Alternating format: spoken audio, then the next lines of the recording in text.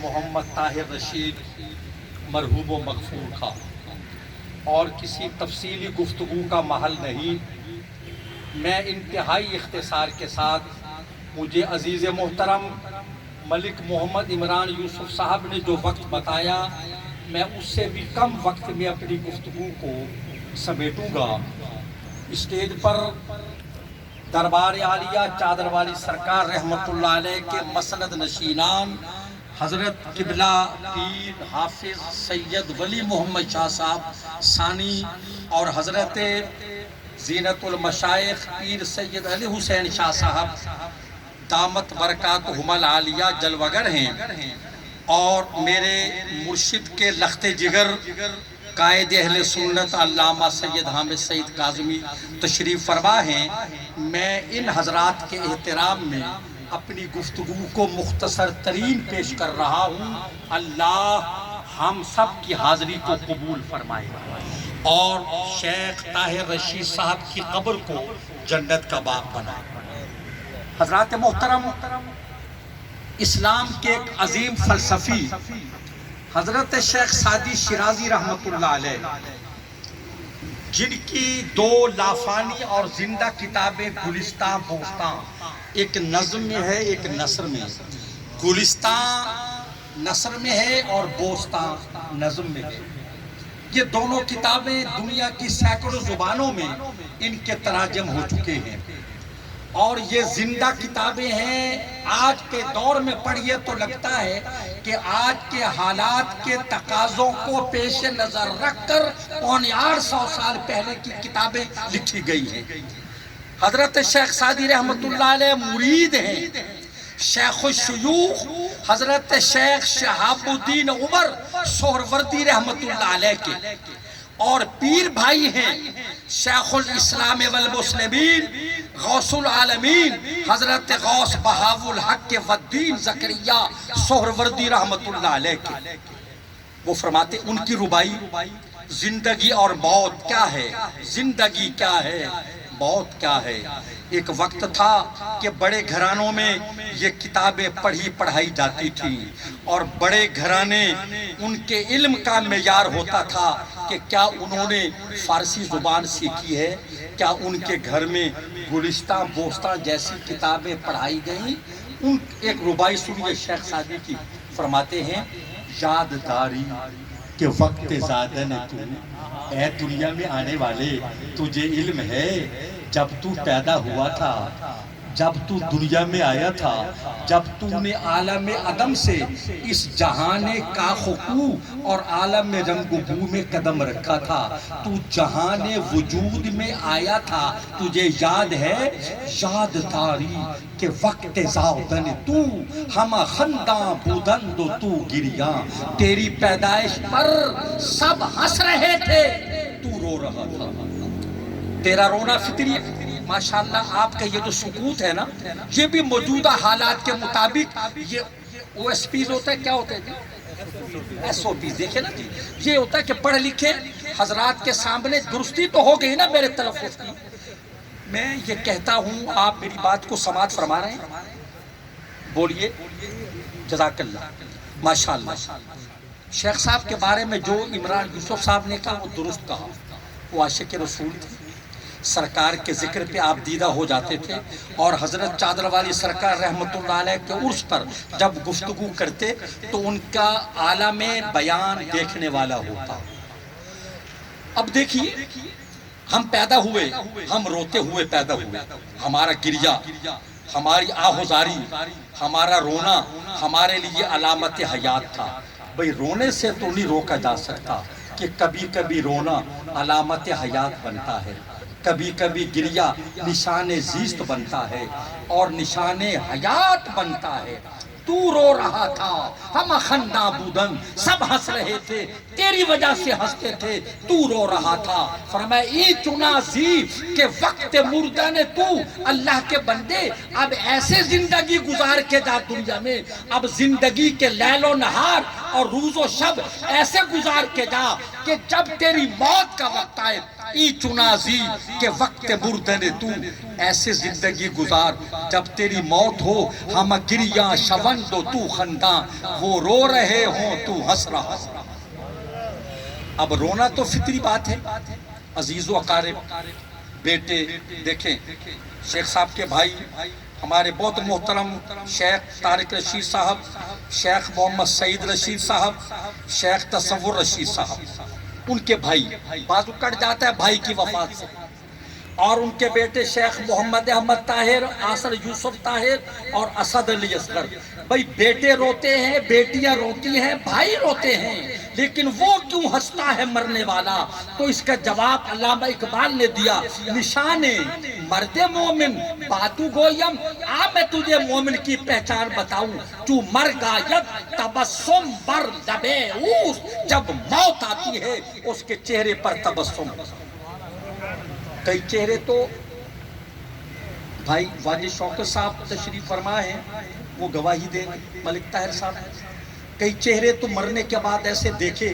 کہ لگتا ہے نیند میں ہیں اور ابھی اٹھیں گے. وہ مرے ہوئے آدمی کا چہرہ نہیں لگتا. کیوں؟ چہرے پر خندہ اطمینان اور تبسم خاتمہ بالخیر کی علامت ہے, اور ہمارا ایمان ہے جب مومن مرتا ہے میرے آقا علیہ السلام اس کے سرہانے تشریف لاتے ہیں. بھائی یہ جملہ سنیے, اور میں اپنے وقت سے 5 منٹ پہلے اجازت چاہ رہا ہوں. کہتے ہیں میرے آقا مجھے پہچان, مجھے یاد کرتا تھا نا, میرا ذکر کرتا تھا, تیرے غم میں تیرے گھر میں صفے ماتم بچھی تب بھی تو نے مجھے یاد رکھا, تیرے گھر میں خوشی کے شادیانے بجے تب بھی تو نے میرا ذکر کیا. ہر اچھے برے وقت میں مجھے یاد رکھنے والے مجھے پہچان, میں تیرا نبی ہوں, میں تیرا رسول ہوں, تو زندگی میں نہیں بھولا, میں تیری موت کے وقت تجھے کیسے بھولاتا. آ میرا دیدار کر اور جان جان آفری کے سپرد کر, تو جس کو موت کے وقت آقا کا دیدار ہو اسے موت کی تکلیف کیوں ہو. اللہ اکبر, اللہ اکبر. حضرت 14ویں صدی کے مجدد اور بڑے مفسر قرآن حضرت امام احمد رضا خاں حنفی قادری رحمت اللہ علیہ فرماتے ہیں, حسن یوسف پہ کٹی مصر میں انگشت زنا, سر کٹاتے ہیں تیرے نام پہ مردان عرب, کہ مصر کی عورتوں نے انگلیاں کٹا دی تیرے نام پہ عرب کے بہادر سر قلم کراتے ہیں. حسن یوسف کا جمال محمدی سے کیا تقابل, حسن یوسف پر نظر ٹکتی نہیں اور جمال مصطفیٰ سے نظر ہٹتی نہیں. اللہ کریم ہمیں موت کے وقت اپنے محبوب کا دیدار نصیب ہو اور سرکار کا دیدار عطا ہو, ہمارا خاتمہ ایمان پر ہو. میں سو جاؤں یا مصطفیٰ کہتے کہتے ہیں, کھلے آنکھ صلی علی کہتے کہتے ہیں, وما علینا الا البلاغ. ماشاءاللہ جماعت اہل سنت پنجاب کے ناظم اعلیٰ دنیا اسلام کے نامور عالم دین حضرت علامہ حافظ محمد فاروق خان صاحب سعیدی اپنے خیالات کا اظہار کر رہے تھے. بلا تاخیر تعزیتی جملوں کے لیے سابق وفاقی وزیر مذہب امور پاکستان مخدوم المخادیم صاحبزادہ سید حامد سعید شاہ صاحب کاظمی آپ سے التماس گزار ہوں کہ آپ اپنے تعزیتی جملے پیش فرمائیں.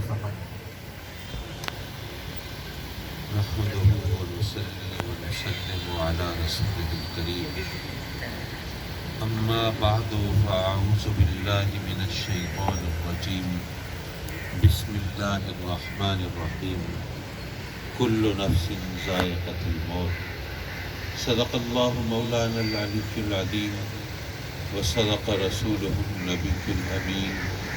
ونحن علی ذلک لمن الشاہدین والشاکرین والحمد للہ رب العالمین. ذی وقار و ذی احتشام مشائخ اعظام علماء کرام علماء دین قوم مہمانان گرامی اور مکرم و معزز حاضرین محفل, حضرت قبلہ پیر چادر والی سرکار رحمۃ اللہ علیہ کے شہزادگان بھی تشریف فرما لیں, اور ان کا اس گھرانے سے جو روحانی قلبی تعلق ہے وہ ہم سب جانتے ہیں. انشاءاللہ العزیز ہمارے دوست، ہمارے عزیز، ہمارے مہربان ساتھی محترم الحاج شیخ طاہر رشید مرحوم و مقبول اپنے مرشد کریم کی معیت میں، ان کی رفاقت میں، رب کی رحمتوں کے سائے میں ہوں گے۔ یہ وقت بڑا کٹھن ہوتا ہے، جن کے ساتھ زندگی گزارنے کا سوچا ہو ان کے لیے تعزیتی جملے کہنا اور سننا بڑا دشوار ہوتا ہے۔ شیخ طاہر رشید سے میرا تعلق محض رسمی نہیں تھا، بچپن سے ہم اکٹھے تھے، ملت ہائی اسکول کے اندر ہم کلاس فیلو بھی رہے، اور کبھی ہمارے درمیان مفادات کا ٹکراؤ بھی نہیں ہوا، کبھی کوئی اختلاف کی نوبت بھی نہیں آئی، ہمیشہ ایک دوسرے کے دست و بازو رہے، ایک دوسرے کے ساتھ رہے۔ ایسے میں یقین جانیے کہ جب ان کی رحلت کی خبر ملی تو یوں کہیے کہ یہ گویا آسمان ٹوٹ پڑنے والی بات تھی، کیونکہ مجھے ان کی اس علالت کے بارے میں پہلے سے علم نہیں تھا، ورنہ آدمی ذہنی طور پر تھوڑا تیار ہوتا ہے، اور جب اچانک کوئی ایسی خبر کسی عزیز ہستی کے بارے میں آئے تو یقیناً وہ بہت بڑی آفت محسوس ہوتی ہے۔ میں یہاں پر تقریر کرنے نہیں آیا، صرف ان سے ان کے پسماندگان سے اظہار تعزیت کرنے آیا ہوں کہ یہ غم جو رب کائنات نے دیا ہے، ظاہر دکھ اور سکھ، خوشی اور غم سب اسی کی طرف سے ہوتے ہیں، تو اس کی بارگاہ میں عرض کرتے ہیں مولا یہ دکھ دیا ہے تو اس کو برداشت کرنے کا حوصلہ بھی عطا فرما، اور یہ غم کا پہاڑ ٹوٹا ہے تو اس کو اٹھانے کی ہمت بھی عطا فرما۔ صرف ایک بات اور اس محفل کی مناسبت سے عرض کرتا چلوں، ظاہر ہے کہ موت تو ہر ایک کو آنی ہے، فرار تو کسی کو نہیں ہے، لیکن عجیب و غریب بات ہے، موت کے انتہائی یقینی ہونے کے باوجود، یعنی اس میں کسی کو شک ہو ہی نہیں سکتا، لیکن انتہائی یقینی ہونے کے باوجود ہم زندگی اس انداز سے گزارتے ہیں کہ شاید ہمیں نہیں مرنا، موت اوروں کے لیے، ورنہ ظاہر ہے کہ ہم مسلمان ہیں، ہمیں پتہ ہے کہ ہم یہاں بو رہے ہیں اور وہاں کاٹیں گے، یہاں کر رہے ہیں اور وہاں بھریں گے، ہم یہاں امتحان دے رہے ہیں اور وہاں پر نتیجہ پائیں گے۔ اور اگر آپ غور فرمائیں تو میں نے ایک مشکل سوال کا جواب ایک بہت آسان جملے میں دینے کی کوشش کی ہے۔ بس اوقات آدمی کے ذہن میں آتا ہے کہ جب اس کی مرضی کے بغیر پتہ تک نہیں ہل سکتا تو پھر ہمارے لیے سزا جزا کا تصور کیا ہے؟ تو میں نے اسی حوالے سے عرض کیا کہ فرض کیجئے آپ کسی اسکول میں، کسی ادارے میں استاد ہو، پڑھاتے ہوں، اور آپ کا کوئی شاگرد ہو، قابل ہو، لائق ہو، فائق ہو، محنتی ہو، آپ کا چہیتا ہو، پسندیدہ ہو، اب امتحان کا مرحلہ ہو اور اتفاق سے کمرہ امتحان میں آپ انویجیلیٹر ہو، نگران ہو، اور آپ کا وہ شاگرد وہ بھی وہاں امتحان دے رہا ہو، اور آپ کی نظر پڑے اس کے پرچے پر اور آپ نے دیکھا کہ اس نے ایک سوال غلط حل کیا ہوا ہے، تو ظاہر ہے کہ آپ یہ نہیں چاہیں گے کہ وہ سوال غلط حل کرے۔ آپ جانتے ہیں وہ قابل ہے، لائق ہے، اور آپ کا بہت چہیتا اور لاڈلا بھی ہے، محنتی بھی ہے، آپ چاہتے تو نہیں کہ وہ سوال غلط حل کرے، لیکن آپ ایک دیانتدار انسان ہیں، ایک اچھے استاد ہیں، تو اب کمرہ امتحان میں آپ اسے بتائیں گے نہیں۔ ٹھیک ہے بھائی، میں نے علم دیا، میں نے پڑھایا سکھایا، لیکن اب جیسا امتحان دو گے ویسا نتیجہ پالو گے۔ یہ دنیا تو دارالامتحان ہے نا، وہ جو رحمان و رحیم ہے اس کی رحمت کا اندازہ کیجئے کہ اس نے یہاں پر بھی ہماری رہنمائی فرمائی ہے، اس دارالامتحان میں بھی انبیاء کرام کو بھیجا ہے، ہمیں بتایا ہے یہ صحیح ہے، یہ غلط ہے، اس راستے کو اختیار کرو گے یہ جنت کی طرف جاتا ہے، اس سے بچو یہ جہنم کی طرف لے جانے والا ہے۔ لیکن اگر پھر بھی ہم غلط کام کرتے ہیں تو بے شک وہ چاہتا تو نہیں کہ ہم غلطی کریں، بلکہ اگر ہم اس سے اپنے گناہوں پر توبہ کریں تو بہت خوش ہوتا ہے، اور اس خوشی کی کیفیت کیا ہے وہ حدیث مبارکہ میں آقا کریم حضور علیہ الصلوۃ والسلام نے بڑے